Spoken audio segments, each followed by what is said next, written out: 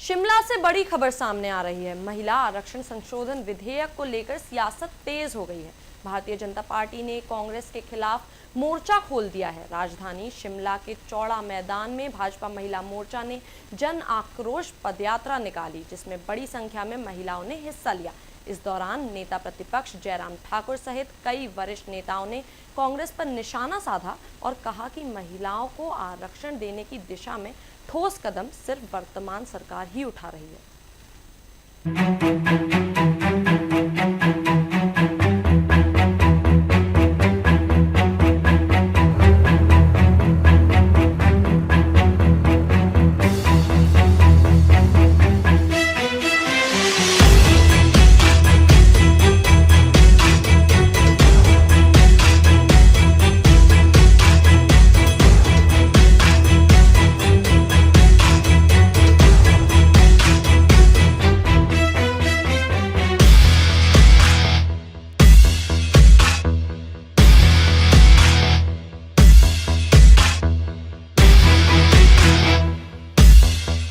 देखिए, महिलाओं को आरक्षण देने के लिए सभी पार्टियां बातें तो करती रही, लेकिन सही मायने में आरक्षण मिलना चाहिए, बिना देर के मिलना चाहिए, जल्दी मिलना चाहिए। ये प्रयास अगर किसी ने किया, हमारे देश के प्रधानमंत्री नरेंद्र मोदी जी ने 2023 में बिल पारित किया, लोकसभा में, राज्यसभा में।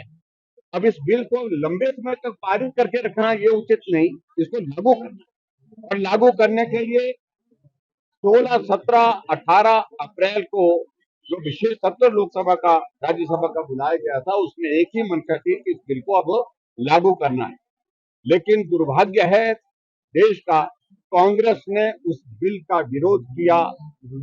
तर्क उनके तथ्यहीन थे, कोई आधार नहीं था, लेकिन विरोध करना था, सिर्फ विरोध करना था। और विरोध करने के साथ आपने देखा होगा, विपक्ष के नेता ने जिस प्रकार से दादी की कहानी सुनाई लोकसभा के अंदर, विपक्ष के नेता ने, राहुल गांधी ने जिस प्रकार से जादूगर की बातें, कहानी सुनाई गई वहां पर, तो उसका मतलब है कि वो तरीका ढूंढ रहे थे कि किसी तरह से जो उस बिल को रोका जाए। और आखिरकार क्योंकि कॉन्स्टिट्यूशनल अमेंडमेंट थी, बिल पारित नहीं हो पाया, और देश के प्रधानमंत्री नरेंद्र मोदी जी ने साफ शब्दों में कहा कि हमारा संघर्ष लगातार जारी रहेगा। आने वाले समय में भी जब भी गुंजाइश निकलेगी, हम कोशिश करेंगे इस बिल को लागू करने की।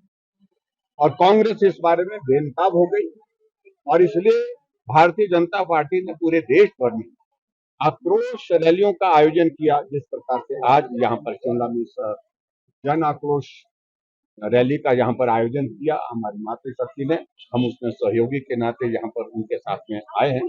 और मुझे पूरा भरोसा है कि आने वाले समय में हिमाचल प्रदेश में भी कांग्रेस पार्टी को उखाड़ फेंकने का, कांग्रेस की सरकार को उखाड़ फेंकने का अगर सबसे बड़ा काम, सबसे ज्यादा काम अगर कोई करेंगे तो हमारी मातृशक्ति। आज वही आप देख रहे हैं कि महिला आरक्षण की का विरोध तो किया, लेकिन महिलाओं का परिहास उड़ाया इस बात को लेकर के 1500 रुपए आपको गारंटी देकर के 3.5 वर्ष का कार्यकाल बीत गया, लेकिन अभी तक भी वो 1500 रुपए नहीं दिए गए। इससे बड़ा अपमान कोई हो नहीं सकता।